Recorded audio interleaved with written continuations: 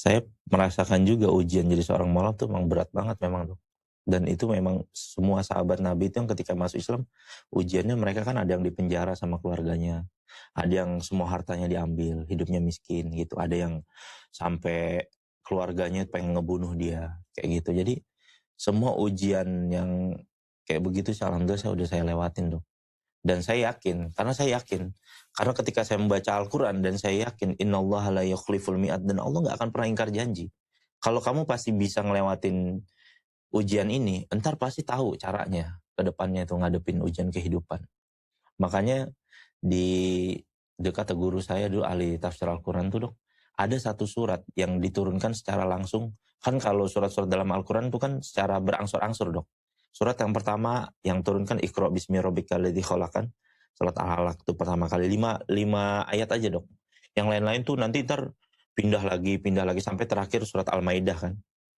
Ada satu surat namanya surat Yusuf, Nabi Yusuf, cerita tentang Nabi Yusuf, Dok. Itu diturunkan ketika waktu itu sahabat Nabi diboikot 2 tahun kurang lebih, Dok, sama orang-orang kafir Quraisy.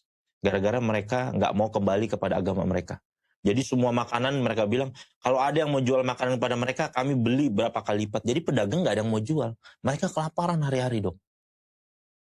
Sampai ada, ya Rasulullah, bila mana tiba datangnya ujian ini, engkau kan berdoa sama Allah, bisa aja nih diangkat ujian ini.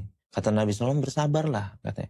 Sesungguhnya ujian-ujian umat terdahulu, ya, ada yang tubuh mereka sampai dipotong-potong demi mempertahankan keimanan Islam, kata Nabi, bersabarlah.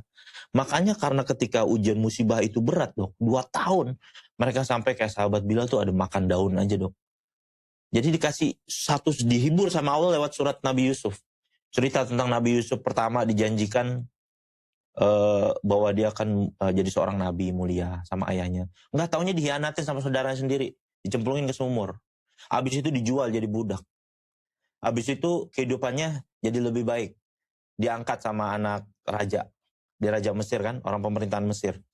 Ketika dia udah gede, diuji lagi sama perempuan, sama istrinya. Ya kan? Terus udah begitu, saudara-saudaranya yang ngezolimin dia, akhirnya dikembalikan lagi sama dia. Tapi di akhir ceritanya Nabi Yusuf itu Allah Subhanahu wa taala ngasih tahu. Berapa lama sih Pak Ustadz kita diuji seperti itu Pak Ustadz?